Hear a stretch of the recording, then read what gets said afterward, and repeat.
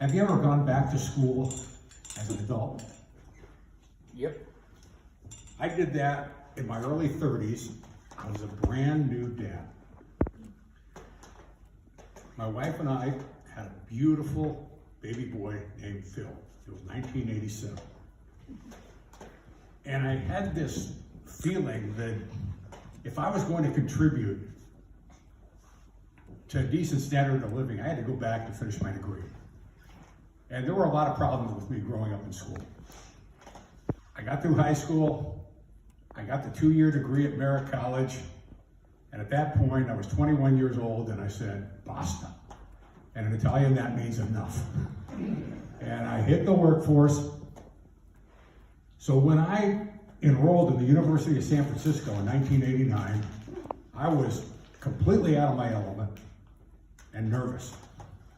So the first project they gave us was this massive 3-month project. It was called a portfolio. And what I realized later was it was designed to weed out the people that weren't really committed.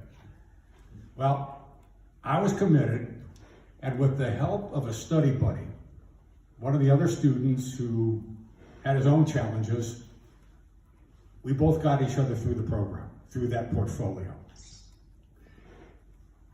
And about a month after I turned in the portfolio, I went in for the normal conversation with my academic advisor, Professor Larry, who was a silver-haired professor. He was right out of Central Casting when you look at professors. So he's going to talk to me about the portfolio, give me some feedback on what to expect with the rest of the program.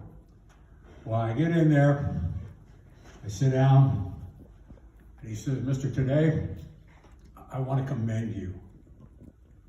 You put your whole heart into this. I know it was difficult. You showed a lot of grit. But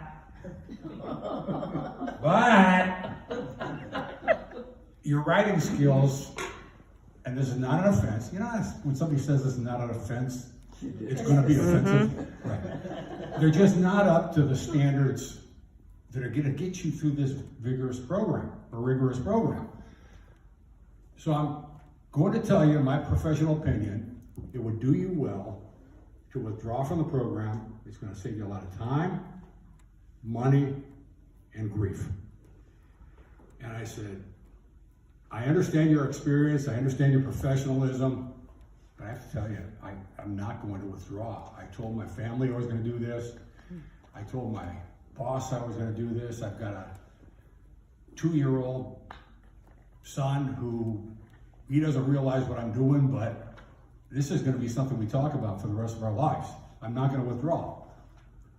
And he said, well, in my professional opinion, you know, yada, yada, yada, and he kept pushing, and I stood my ground.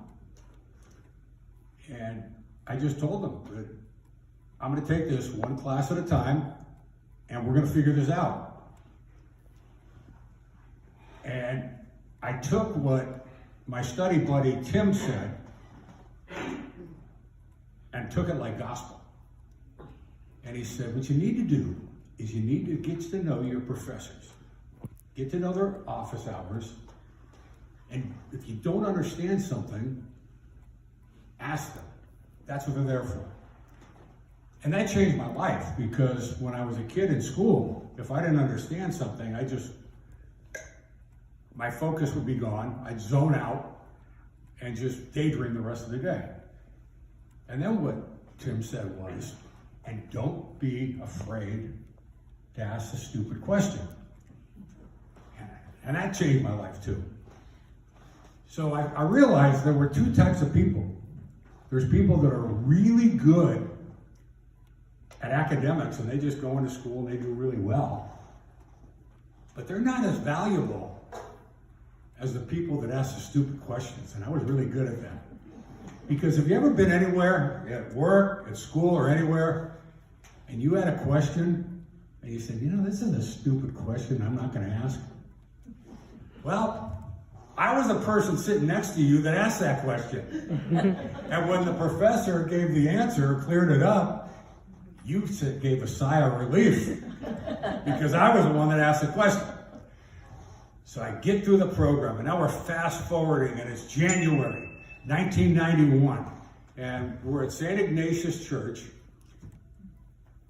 on the USF campus for graduation. The students are sitting in the front, the parents are in the back, and all of a sudden my brother walks up while I'm just sitting there waiting for an encore. He said, "Phil wants to sit with you." So it's our turn, and he walks the stage with me. And we both shook hands with Father Lociavo, who was the president of the school, and it was just incredibly emotional. So now there's a reception, and the silver-haired guy walks up to me, Professor Larry, and he said, "I knew you had grit, but this is off the charts." And the only thing I could think to say was, "Mom, Dad, this is Professor Larry. This is the and that is how you turn the tables." With a cap and a gown and a 3-year-old wingman.